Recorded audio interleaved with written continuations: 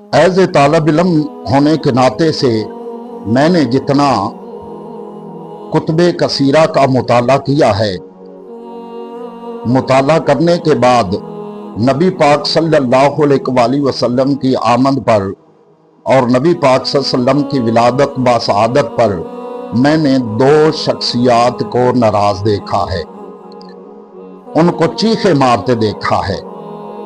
میں ان کا نام بھی لے لیتا ہوں۔ کتب کثیرہ کے مطالعے کے بعد جو شخصیات حضور کی ولادت بسعادت پر ناراض نظر آتی ہیں، ان میں سے سب سے پہلے شیطان ہے، جو آقا صلی اللہ علیہ وآلہ وسلم کی ولادت بسعادت پر رویا، چیخا۔ اس کی وجہ پوچھی گئی کہ کیوں روتا ہے؟ تو شیطان نے کہا کہ میرا کاروبار زندگی حیات تباہ ہو گیا۔ انہوں نے کہا ہوا کیا ہے؟ تو کہنے لگا کہ میں نے تو ان لوگوں کو برباد کرنا تھا، لیکن جو محمد صلی اللہ علیہ وآلہ وسلم اس کائنات میں تشریف لائے ہیں،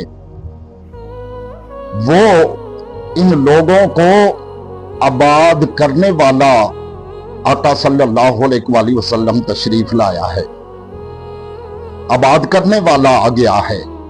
میں نے ان کو جہنم میں پہنچانا تھا، لیکن ان کو اپنے دامن میں چھپا کر جنت کا ٹکٹ عطا کرنے والا محمد تشریف لے آیا ہے۔ میں نے ان لوگوں کو برباد کرنا تھا، لیکن ان کو آباد کرنے والا محمد تشریف لے آیا ہے۔ میں نے ان لوگوں کو دوزخ میں پہنچانا تھا، لیکن ان کو جنت کا ٹکٹ عطا کرنے والا پیارا محمد تشریف لے آیا ہے۔ تو شیطان رویا۔ دوسری شخصیت جو کتب کثیرہ کے مطالعے کے بعد جس کا ذکر ملتا ہے، وہ ایک یہودی تھا جو مکہ مکرمہ میں رہا کرتا تھا۔ جب آقا صلی اللہ علیہ وآلہ وسلم کی ولادت بسعادت ہوئی تو وہ چیخا اور گلیوں میں شور مچانے لگا اور کہنے لگا کہ لوگوں، محمد صلی اللہ علیہ وآلہ وسلم اس کائنات میں تشریف لے آیا ہے۔ لگتا ہے آج وہ نبی تشریف لے آیا ہے جو رحمت للعالمین ہے، شفیع المذنبین ہے، انیس الغریبین ہے، رحمت للعالمین ہے۔ جب یہودی چیخا، رویا اور لوگوں سے پوچھتا ہے کہ آج کسی کے ہاں بچہ پیدا ہوا ہے، بتایا گیا، پہنچا، آقا صلی اللہ علیہ وآلہ وسلم کی زیارت کی، اور زیارت کرنے کے بعد جب آقا صلی اللہ علیہ وسلم کے کاندھوں کے درمیان مور نبوت کو دیکھا تو کہنے لگا لوگوں، میرا چیخنا تو بنتا ہے۔ انہوں نے کہا کیوں؟ کہنے لگا کہ آج بنی اسرائیل سے نبوت چلی گئی ہے اور بنو اسماعیل میں نبوت منتقل ہو چکی ہے، کیونکہ محمد صلی اللہ علیہ وآلہ وسلم خاتم النبیین نبی تشریف لے آیا ہے۔ تو شیطان چیخا، یہودی چیخا۔ اگر آج نبی پاک صلی اللہ علیہ وآلہ وسلم کی ولادت بسعادت پر اگر کوئی چیختا ہے تو ان سے پوچھنا چاہیے کہ بھائی تو اپنا تعارف تو کرا، تیرا کس گینگ سے تعلق ہے، تو کس سے تعلق رکھتا ہے؟ اگر شیطان سے تعلق ہے تو پھر تو چیخنا بنتا ہے، اگر یہود سے تعلق ہے پھر بھی چیخنا بنتا ہے، تو اگر محمد سے تعلق ہے پھر چیخنا نہیں بنتا بلکہ آقا کا جشن منانا بنتا ہے۔ یہ بات آپ ذہن میں رکھیے گا۔ تو یہودی چیخا، شیطان چیخا۔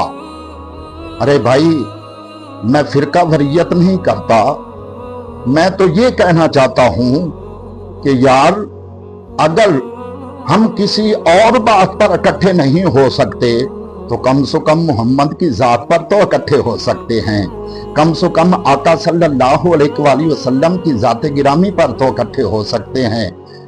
تو آقا صلی اللہ علیہ وسلم کی آمد پر اگر کوئی دیگیں پکاتا ہے، وسیع پیمانے سے خرچ کرتا ہے، تو ہم اس کو سلوٹ پیش کرتے ہیں۔ اگر کوئی یہ نہیں کر سکتا تو بھائی کم سے کم یہ تو کر سکتا ہے کہ آقا صلی اللہ علیہ وسلم کی آمد پر گھر میں اپنے بچوں کو اکٹھا کرے، 12 ربیع الاول کو اپنے گھر میں وضو کر کے، نئے کپڑے پہن کے اور خوشبو لگا کے مل بیٹھ کے آقا صلی اللہ علیہ وسلم کی ذات پر درود تو پڑھ سکتا ہے۔ کم سے کم اتنا تو ہو جائے گا کہ آقا صلی اللہ علیہ وآلہ وسلم کی آمد پر یہ درود پڑھنے والا جو گھر ہے، اس کے بارے میں فرشتہ تو یہ لکھ لے گا نا کہ اس گھر میں بھی ماہی کے آمد کی خوشی کا اظہار کیا گیا ہے۔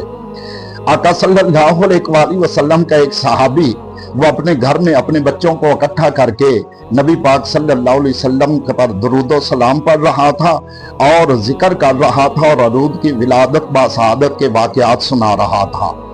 تو جو کہ اس گھر میں آقا صلی اللہ علیہ وسلم تشریف لے گئے، جب دیکھا تو آقا صلی اللہ علیہ وآلہ وسلم نے فرمایا کہ جس طرح تو کر رہا ہے، اگر آنے والے وقت میں کوئی تیرے طرح اسی طرح اپنے گھر میں محفل سجائے گا، درود و سلام کی اور ولادت باسعادت کے واقعات اپنے بچوں کو سنائے گا، تو فرمایا حلت لکم شفاعتی، کل قیامت کے دن میں محمد اس کی شفاعت کروں گا۔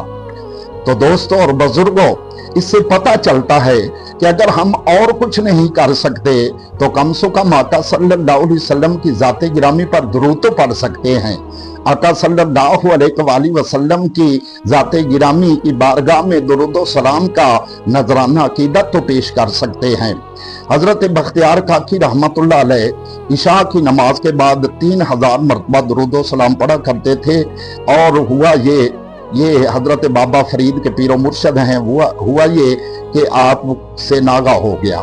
جب ناگا ہو گیا تو آقا صلی اللہ علیہ وسلم کے اس کے پڑوس میں ایک رئیس نامی آدمی رہتا تھا، اس کو زیارت کروائی، اور زیارت کروا کے آقا صلی اللہ علیہ وسلم نے فرمایا کہ بختیار کاکی کو کہہ دینا کہ میں محمد صلی اللہ علیہ وآلہ وسلم 2 دن سے تیرے درود کا انتظار کر رہا ہوں۔ تو سمجھیے، جس پر اللہ خود درود بھیجے، جس پر اللہ کے فرشتے درود بھیجیں، اور وہ محمد صلی اللہ علیہ وآلہ وسلم اگر کسی امتی کے درود کا انتظار کر رہا ہے تو یہ بندہ پرویز نہیں ہے تو اور کیا ہے؟ یہ رحمت للعالمین نہیں ہے تو اور کیا ہے؟ تو دوستوں اور بزرگوں، اگر ہم کچھ بھی نہیں کر سکتے، یعنی وسیع لنگر نہیں پکا سکتے، تو کم سے کم آقا صلی اللہ علیہ وآلہ وسلم کی ولادت باسعادت پر اپنے گھر میں بیٹھ کر آقا کی ذات پر 12 ربیع الاول کو درود تو پڑھ سکتے ہیں۔ یہ تو ہم کر سکتے ہیں۔ تو نبی پاک صلی اللہ علیہ وآلہ وسلم کی آمد پر جشن منانا چاہیے، اور مسجدوں کو، گھروں کو، گلیوں کو، بازاروں کو سجانا چاہیے، دفتروں کو سجانا چاہیے، اور آقا صلی اللہ علیہ وسلم کی ذات گرامی کے نام کا ایک جھنڈا اپنے گھر پہ لگانا چاہیے۔ اگر 25 ستمبر کو عیسیٰ علیہ السلام کے امتی ان کے گھروں پر عیسیٰ علیہ السلام کی ولادت کا جھنڈا جھول رہا ہوتا ہے، تو حضرت عیسیٰ علیہ السلام کی ولادت کو اگر عیسائی نہیں بھولتے تو ہم مسلمان ہو کر کیسے بھولے؟ ہمیں ولادت باسعادت کی خوشی منانی چاہیے۔ حضرت عیسیٰ علیہ السلام تو وہ ہیں کہ آقا صلی اللہ علیہ وآلہ وسلم کے بارے میں خصائص القبریٰ شریف میں فرماتے ہیں کہ جو نبی محمد آنے والا ہے، میں اس کی جتی کے تسمے بننے کے بھی قابل نہیں ہوں۔ تو ہم سب کو یہ بات سن کر ذرا غور کرنا چاہیے، اور آقا صلی اللہ علیہ وسلم کی ولادت باسعادت کی خوشی منانا چاہیے۔ اللہ کی بارگاہ میں دعا ہے، اللہ عمل کی توفیق عطا